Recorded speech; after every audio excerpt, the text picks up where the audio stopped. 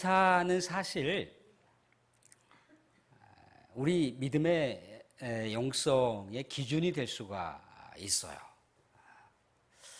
우리가 살아가면서 뭐 이러한 것들이 우리들에게 뭔가 유익이 되고 남아있는 것이 있고 무엇인가 풍성한 게 주어졌을 때 조건부 감사는 누구나 할 수가 있어요.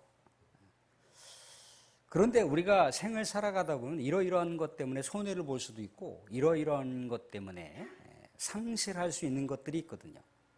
그런데 그러함에도 불구하고 감사할 수 있는 것, 이게 이제 역설적인 감사인데, 그 역설적인 감사를 하게 됐을 때 진정한 믿음의 사람이다라고 할 수가 있어요. 성숙한 믿음의 사람이다라고 할 수가 있습니다. 믿음의 진검승부가 여기서 이제 판가름 나는 거죠.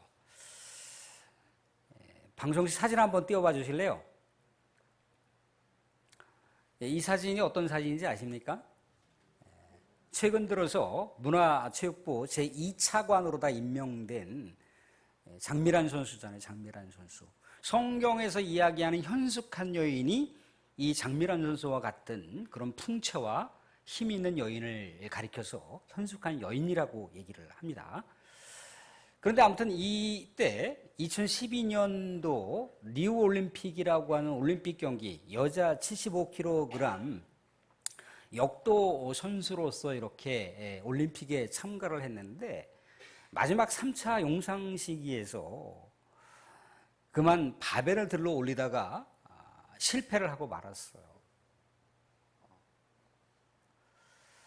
실패를 했다라고 하는 것은 이제 메달권 진입이 불가능하다라고 하는 걸 얘기를 합니다. 그러니까 4년 동안 이 장미란 선수가 온갖 수고와 또 땀방울 흘렸던 또 모든 노력들이 한순간에 물거품이 돼버리는, 숲으로 돌아가 버리는 그런 상황이라는 겁니다. 얼마나 안타깝겠습니까? 그죠?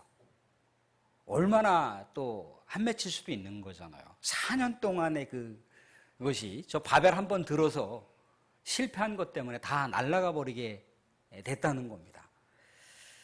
그러니까 얼마나 좌절이 되고 얼마나 마음에 깊은 상실감이 들겠어요. 그죠? 그런데도 불구하고 장미란 선수는 어떻게 했다는 겁니까? 놓여져 있는 바벨 앞에서 감사기도를 하고 있었던 거예요. 감사기도. 감사기도를 한다라고 하는 것, 이게 쉽지 않습니다. 뭔가 축구 선수가 골을 넣었을 때 뭔가 세레모니를 위해서 뭐 하늘을 바라보면서 감사기도를 할 수 있어요. 또는 무릎을 꿇고 그렇게 해둘 수가 있다는 겁니다. 그런데 이렇게 실패했는데도 불구하고 메달권 진입에 들어가지 못했는데도 불구하고 감사할 수 있었던 것, 이게 진정한 믿음의 사람이라고 하는 것을 증명해 주는 거라는 겁니다. 그런데 당시 그 시상식에는 오르지 못했는데 그 한 선수 중에 메달권 진입에 들어갔던 선수가 약물 검사 결과 양성 반응이 나타남으로 인해서 이 장미란 선수가 나중에 동메달로 이렇게 획득이 되는 그런 이름으로 올라갔다라고 하는 얘기를 들었습니다. 사랑하는 성도들, 사도 바울이라고 하는 사람이 감옥에 갇혔을 때 빌립보 성도들이 많이 걱정을 했어요. 선생님, 이러다가 선생님 잘못되면 어떻게 되죠? 그럼 우리는 길을 잃어버린 양과 같은 그런 삶을 살고 정말 깊은 슬픔 가운데 빠질 텐데 선생님 아무쪼록 감옥에서 적절하게 잘 타협하시고 감옥에서 풀려나셨으면 좋겠어요. 많이 걱정을 했단 말이죠. 사도 바울이 뭐라고 얘기해요? 빌립보 성도들에게 걱정하지 마세요. 걱정하지 마세요. 주 안에서 기뻐하십시오. 다시 말하노니 주 안에서 기뻐하십시오. 아무것도 염려하지 말고 모든 일에 기도와 간구로 하나님께 감사하십시오. 감사하십시오. 하나님의 평강이 그리스도 안에서 우리 성도들의 마음과 생각을 지켜주실 것입니다. 그렇게 오히려 빌립보 성도들에게 기쁨을 잃지 말 것에 대해서, 감사를 잃지 말 것에 대해서, 또 감옥에 갇혀있는 자신을 바라보면서 오히려 행복하게 기도할 것에 대해서 권면을 하고 있다라는 거죠. 그런데 사도 바울이 이렇게 감사를 이야기할 수가 있고 또 기도를 이야기할 수가 있고 또 기쁨을 이야기할 수 있는 그 삶의 근거가 어디에 있던 것입니까? 사도 바울은 죽은 하나님을 믿는 게 아니에요. 죽은 주님을 믿는 게 아닙니다. 사도 바울은 부활하신 주님을 믿었어요. 사도 바울은 역사하시는 주님을 믿었다는 겁니다. 사도 바울은 자기가 비록 감옥에서 고문을 당하고 두들겨 맞고 잠을 재우지 못하는 상황이 생겨버리고 또 이렇게 저렇게 굶주리고 헐벗고 그런 상황 가운데 있다 할지라도 그 감옥에서조차도 우리 주님께서 임마누엘로 자신과 함께 하신다라고 하는 것을 확신했기 때문에 이러한 고백을 할 수 있었던 거예요. 사도 바울이 감옥에 갇혀 있는데 우리 그 유명한 구절 아시잖아요, 그죠? 응? 내게 능력 주신 자 안에서 내가 모든 것을 할 수 있다. 감옥에 갇혀 있는데 무슨 모든 걸 할 수가 있어요? 주 안에 자기가 사로잡혀 있으므로 우리 주님과 함께 한다라고 하는 것, 그것은요 감옥 안에서도 불가능하다라고 생각했던 것, 또 감옥 밖에서도 불가능하다라고 하는 것, 그건 주님과 함께 한다면 모든 것이 가능하다라고 하는 그런 삶의 새 창조의 고백을 하고 있는 모습을 우리가 보게 되는 거예요. 사랑하는 성도들, 우리가 뭔가 우리에게 좋은 것이 주어졌을 때 물론 누구나 다 조건부 감사를 할 수 있지만 우리가 또한 손해를 보고 또 무엇인가 우리가 불이익을 당하고 그런다 할지라도 늘 언제나 역설적인 감사를 하실 수 있기를 바랍니다. 저는 올해 이렇게 냉해로 인해서 우리 자두농사 짓는 분들이 계시잖아요, 그죠? 자두를 이렇게 아침이나 밤에 이렇게 산책을 하면서 봤는데 진짜 아니나 다를까 이게 자두가 몇 개 안 달린 거예요. 예전에는 자두가 너무 많이 달려갖고 이거 저거 솎아주려면 얼마나 많은 욥이 필요할 텐데 높 들어갈 텐데 막 그렇게 걱정을 하셨던 기억이 나는데 이제 뭐 적과할 수 있는 그것도 없는 거예요. 그런데도 불구하고 우리 또 농사 짓는 우리 교우들께서 그런 고백을 하시잖아요. 하나님께서 주시는 거니까 하나님께서 주신 만큼 받겠다. 물론 예전에 비교해보면 덜 달렸고 또 수확을 덜 해서 매출할 것이 많지 않기 때문에 속상하지만 그럼에도 불구하고 그 속상함을 또한 하나님께 감사로 또한 달래고 또 감사로 또 나아가는 그 모습을 볼 때 야, 이것이 바로 우리 하나님의 은혜가 아닐까 그런 생각을 해보게 되더라는 거죠. 사랑하는 여러분들, 감사를 잃지 마시기 바랍니다. 감사 안에는 하나님의 축복이 담겨 있어요. 오늘 우리가 이제 하나님께 첫 열매의 감사로 나아가자라고 하는 말씀을 나누려고 합니다. 이스라엘 백성들은요 3대 절기가 있죠, 그죠? 유월절이라고 하는 것, 또 칠칠절이라고 하는 것, 또 초막절이라고 하는 절기가 있어요. 이 절기는요 늘 언제나 하나님께 나아가는 거예요. 이스라엘 안에 살든지 타국에 살든지 간에 이 3대 절기 때는 반드시 하나님의 성전을 찾아서 하나님께 감사하는 시간을 갖고 하나님께 은혜로 보답하는 시간들을 갖는 거예요. 하나님을 집중하는 시간이라는 거죠. 그래서 예물도 준비하고 또 몸과 마음도 정갈하게 준비를 하고 또 예배도 향기롭게 준비를 하는 그 모습 가운데 하나님께 나아갑니다. 오늘 우리가 보는 칠칠절이라고 하는 것은요 첫 열매를 따고 마지막 수확기 때까지 7주 과정을 거친 다음에 하루 하나님께 감사로 나아가는 절기가 칠칠절인데 이 칠칠절을 맥추절이라고도 얘기합니다. 우리 자두농사 하시거나 뭐 고추농사 하시거나 한 번만 딱 따고 말지 않잖아요, 그죠? 그 한 번 따면은 보통 몇 달 가잖아요, 그죠? 2달도 가고 뭐 1달도 가고 2달도 가고 그렇지 않습니까, 그죠? 그런 것처럼 처음 열매를 따서 한 달 정도, 한 달 반 정도 지나고 나서 우리 하나님께 감사로 나아가는 거예요. 근데 사랑하는 성도들, 이스라엘 백성들이 그렇게 농경사회에서 농사를 짓지만 늘 언제나 매해마다 풍년을 맞이할 수 있으면 얼마나 좋겠습니까? 그런데 매해마다 풍년을 맞이한 게 아니라 또 때로는 흉년을 맞이할 때도 있다는 거예요.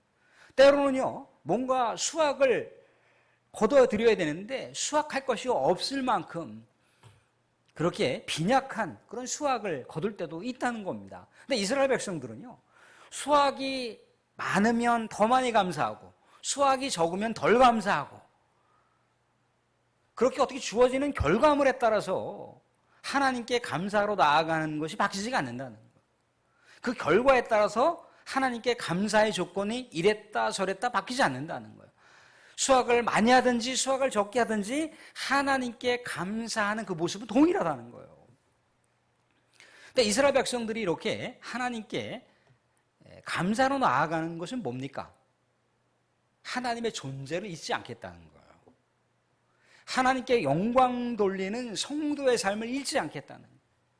하나님께서 선택해 주신 이 하나님의 백성이라고 하는 이 선민의 정체성, 이 은혜를 잊지 않겠다는 거예요. 지금까지 하나님께서 지켜주셨던 은혜와 감사도 있지만 앞으로도 하나님께서 우리들을 지켜주시고 우리들을 축복해 주실 것이라고 하는 그 기대와 신뢰를 가지고 계속해서 하나님 앞에 일관되게 은혜와 감사를 고백하면서 나아가겠다는 거예요. 근데 이들은요, 무엇인가 자신들의 삶이 이렇게 저렇게 바뀌었기 때문에 하나님께 감사가 조건적으로 달라지지 않는다고 그랬습니다. 왜 그렇습니까?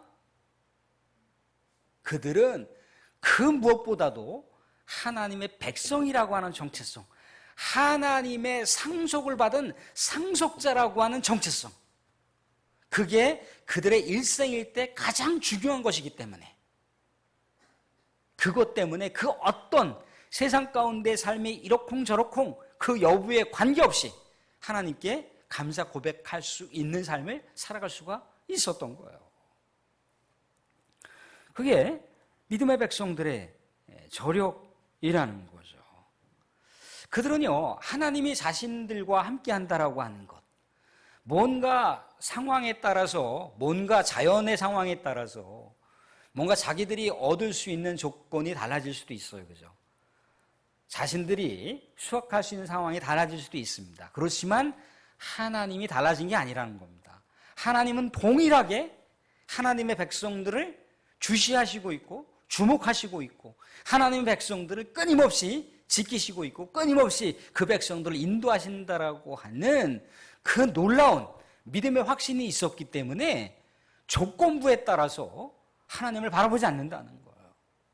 절대적인 하나님을 늘 언제나 역설적인 상황 속에서도 진실되게 바라보고 정말 온 마음과 온 정성을 다해서 그 하나님을 바라본다는 거예요. 사랑하는 사람들, 믿음의 인물들은요, 한결같이 그랬다는 거예요. 한결같이. 때로는 믿음의 좌절을 겪기도 하고 믿음의 상실을 겪기도 하고 믿음의 밑바닥을 치는 그런 모습으로 경험했다 할지라도 다시금 삶을 추스리는 거예요. 다시금 삶을 정돈해서 하나님을 찬양하고 하나님을 경배하는 거예요. 우리도 그렇잖아요. 또 예배를 통해서 또 장로님 기도해 주신 대로다가 우리가 말씀 붙들고 말씀으로 온전히 살아야 되는데 나의 욕심으로 인해서 이웃사랑하지 못했고 내 욕심으로 인해서 하나님께서 주신 그 믿음의 길을 온전하게 살지 못했던 것에 대해서 또 기도하면서 또 돌아보면서 회개하면서 삶을 정돈해 가잖아요. 이런 성화의 삶. 그래서 감사라고 하는 것은요, 훈련일 수가 있습니다. 감사라고 하는 거 훈련이에요. 또 훈련이라고 하는 건 뭡니까? 내가 감사로 고백하면서 훈련한다라고 하는 것은 하나님을 끊임없이 내가 상기하겠다는 거예요. 끊임없이 내가 기억하겠다는 거잖아요. 내가 하나님을 기억한다라고 하는데 하나님이 나를 기억하시지 않겠습니까? 감사라고 하는 것은요, 그렇습니다. 사랑하는 사람들, 부모님이 이런 것 저런 것 뭐 형편되는 대로다가 뭐 때로는 자녀들에게 선물을 해줄 거 아니에요. 그죠? 그럼 자녀들이 아빠 고마워요. 엄마 고마워요. 아우 너무너무 예뻐요. 너무너무 감사해요.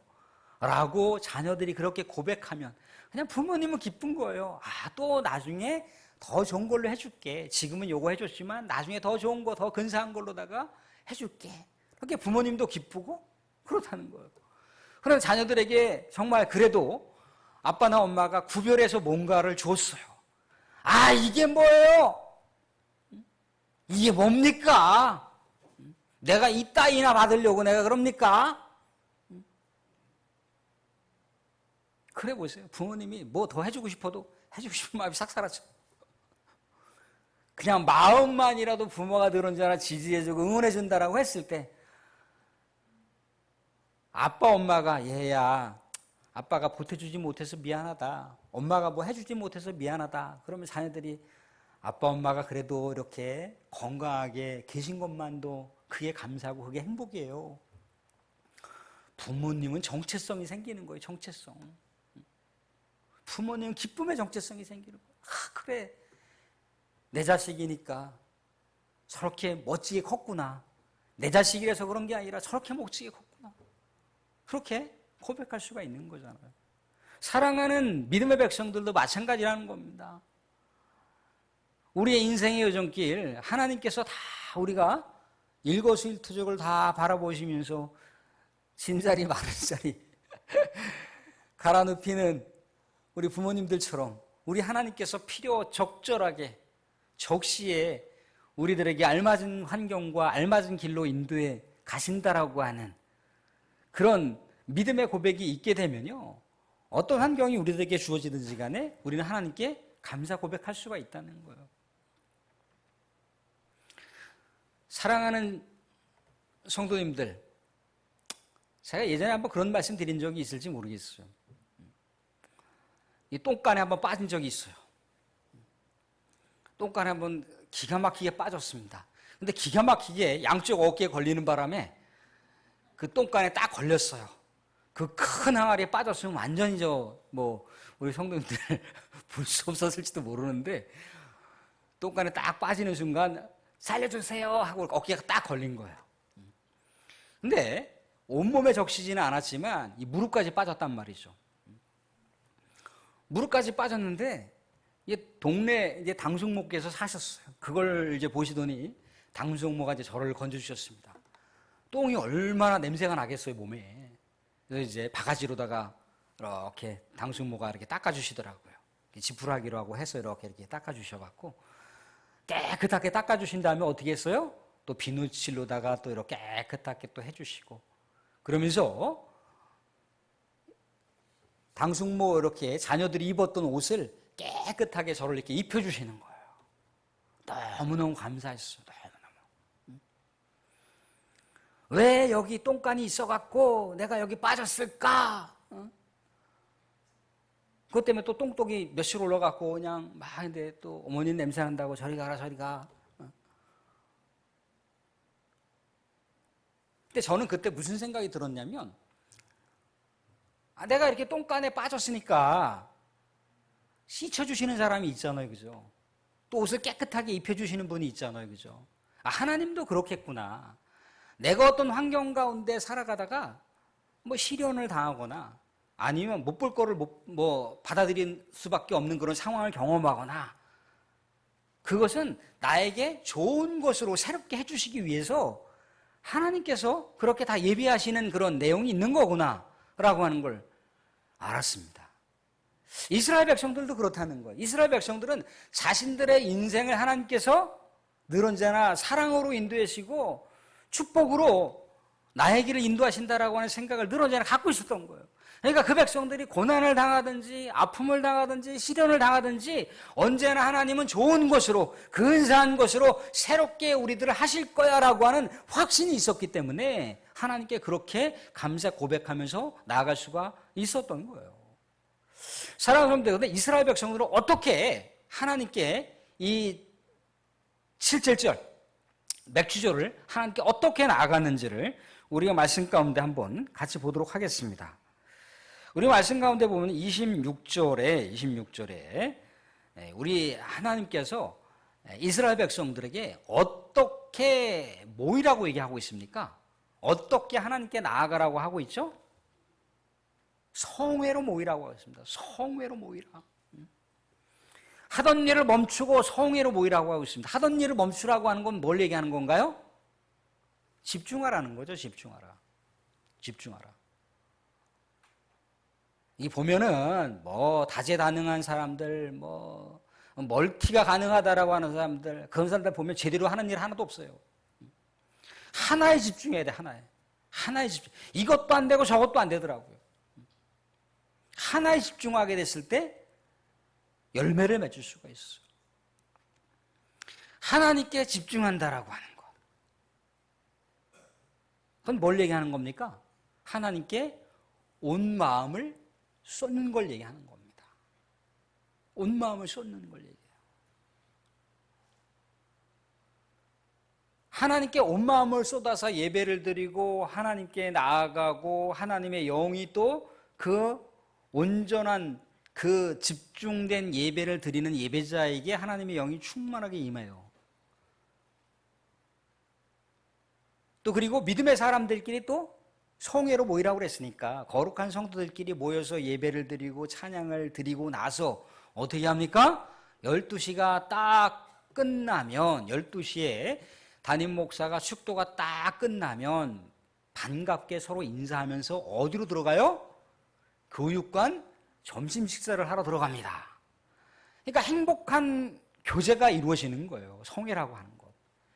그러니까 모든 우리 하나님께 나아가는 이 감사절기는요, 하나님께 감사로 나아가는 것도 있지만 감사하는 백성들의 따뜻한 행복한 교제가 있는 거예요.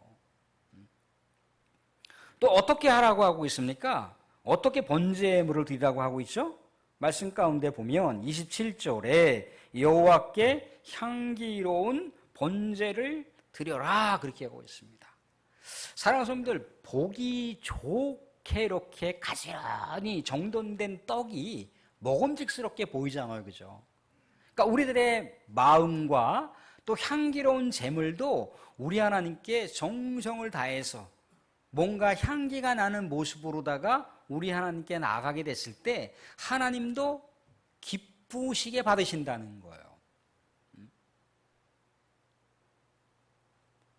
사랑하는 성도들, 선물을 해보셨을 거 아니에요, 그죠? 부모님들에게 선물을 했든지 아니면 절친한 사이한테 선물을 했든지 남편이 아내에게 선물을 했든지 아내가 남편에게 선물을 했든지 선물을 해보셨죠, 그죠? 받는 사람 입장을 생각해 보셨나요? 받는 사람 입장을 생각해 보면 선물이 값이 얼마가 됐든지 간에 정성이 담겨 있는지를 알잖아요, 그죠? 그 안에 그 사람의 행복과 기쁨이 그 안에 담겨 있는지를 안다고요. 하나님도 그렇다는 거예요. 향기로운 번제를 드리라고 했잖아요, 그죠? 믿음의 백성들이 예물을 드릴 때 하나님께 향기롭게 드렸는지 아니면 짜투리를 해갖고 그냥 에이 해 그냥 말아 드렸는지 하나님 다 아세요. 그 안에 향기가 담겨 있는지. 사랑하는 대통령 앞에 선물한다고 생각을 해보세요. 대통령이 광기교회를 방문했습니다. 우리 광기교회 성도들이 뭐 자두농사가 됐든지 참외농사가 됐든지 뭐 그 어떤 농사가 됐든지 대통령이 왔는데 선물을 한다고 생각해 보세요. 대통령이 어떤 선물을 하든지 다 좋아하시겠지만 그 안에 정성이 담겨 있고 향기가 담겨 있으면 얼마나 기쁘겠어요. 그 사람이 환하게 기쁨으로 이렇게 미소를 짓는 그 모습을 보면요, 주는 사람도 행복하잖아요. 주는 사람도, 선물하는 사람도 행복하다는 거예요. 하나님께 올려드리는 이것이 정성스럽게 향기롭게 올려드려서 하나님이 야 기쁘다 행복하다라고 했을 때 그 마음을 우리 성도들이 헤아려 본다면 성도들에게도 고스란히 오는 거예요. 그 기쁨이. 그렇게 하나님께 나아가라고 얘기하고 있습니다. 마지막으로 또 어떻게 얘기하고 있습니까? 흠없는 것으로, 흠없는 것으로, 흠없는 것으로. 흠없다라고 하는 건 뭘 얘기하니? 탐임이라고 해서 언어의 탐임이라고 하는 단어인데 이 탐임이라고 하는 건 진정으로 헌신된 그런 마음이 담겨 있어요. 진심이 담겨 있는 그런 의미가 담겨 있다고요. 그러니까 하나님께 예물을 드리거나 하나님께 예배를 드리거나 하나님께 나아갈 때는 어떻게 하는 거예요? 진심을 다해서 정말 온 마음에 헌신된 마음으로 아무리 자유분방하게 예배를 드리는 것이고 아무리 자유분방하게 하나님께 나아가는 것이라고 얘기하지만 정말 예배자로서 하나님께 영광 돌리기 위해서 예배를 드리는 겁니까? 아니면 그냥 종교인으로서 일주일에 한 번씩 사람 얼굴 구경하고 노래 좀 부르고 다른 사람들이 그냥 뭐 하나님이라고 하는 분한테 예배를 드리니까 그냥 신용이나 내고 맥주 감사주일 예물을 드리라고 하니까 호주머니에서 꺼내갖고 그냥 하고 이건 진심이 안 담겨 있는 거죠. 헌신이 담겨 있는 게 아닌 거죠. 사랑하는 분들, 유대인들이 우리가 만약에 하나님께 그렇게 온 마음과 온 정성과 온 헌신이 담겨 있는 모습으로다가 예배를 드리지 못한다, 예물을 드리지 못한다 라고 했을 때 유대인들이 어떻게 우리를 바라보겠습니까? 거 봐, 너네들 다 가짜들 아니야, 그렇게 얘기할 거 아니에요.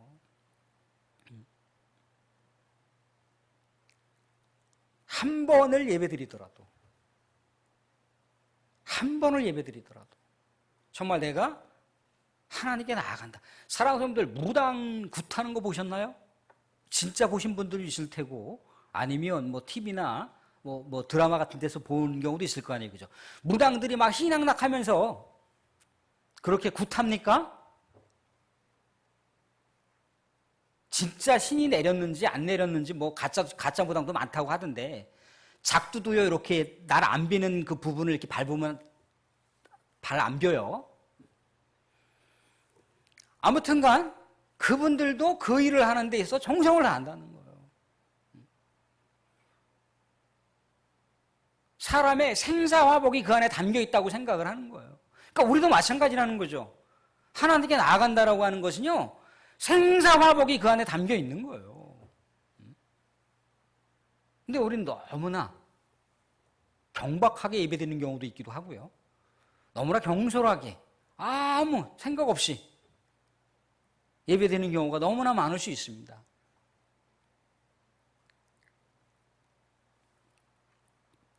감사절기 때 하나님께 나아간다는 건 그런 걸 얘기하는 겁니다. 사랑하는 말씀을 맺겠습니다. 이스라엘 백성들은 하나님께 어떻게 나아갔다고요? 어떻게? 향기롭게 하던 일을 멈추고 하나님께 집중하여 또한 흠없는 것으로 온 진실을 담아, 온 진심을 담아 마치 재물을 흠없는 것으로 드리지만 내가 바로 흠없는 정말 헌신된 우리 하나님의 진심이 담겨있는 내가 바로 예물이라고 하는 그런 마음으로 하나님께 나아갔다는 거예요. 그래서 예배를 하나님과 성도의 교제라고 얘기를 하는 거예요. 우리가 준비 안 됐는데 예배는 이렇게 1시간만 딱 드리는 게 예배가 아니에요. 우리 사랑하는 성도님들이 예배를 드리기로 집에서 출발할 때부터라고 저는 볼 수 있습니다. 그 예배예요. 사랑하는 연인이 첫 데이트를 하는데 에이 귀찮아, 에이 그냥 뭐 만나서 얼굴이나 보고 그냥 뭐 차 한잔 마시지, 그럽니까? 아니에요. 얼마나 마음이 설렙니까? 두근두근 설레잖아요. 하나님을 만난다라고 하는 것, 우리 너무나 익숙해서 그럴 수 있는데 늘 언제나 새로운 모습으로 하나님께 그렇게 나가셔야 됩니다. 그게 감사의 가장 중요한 핵심. 사랑하는 성도들은 언제나 우리 믿음의 백성들은 하나님께 감사로 나아갈 때, 감사가 축복이기 때문에 감사로 하나님께 나아갈 땐 정말 온 마음을 다하여 나아가실 수 있기를 바랍니다. 또한 향기롭게 하나님께 나아가실 수 있기를 바랍니다. 온 진심을 다하여 헌신된 모습으로 하나님을 찾고 하나님께 예배드리실 수 있기를 바랍니다. 그러하게 됐을 때 진정한 예배자에게 하나님의 거룩한 임재가 임하여 줄 줄로 믿습니다.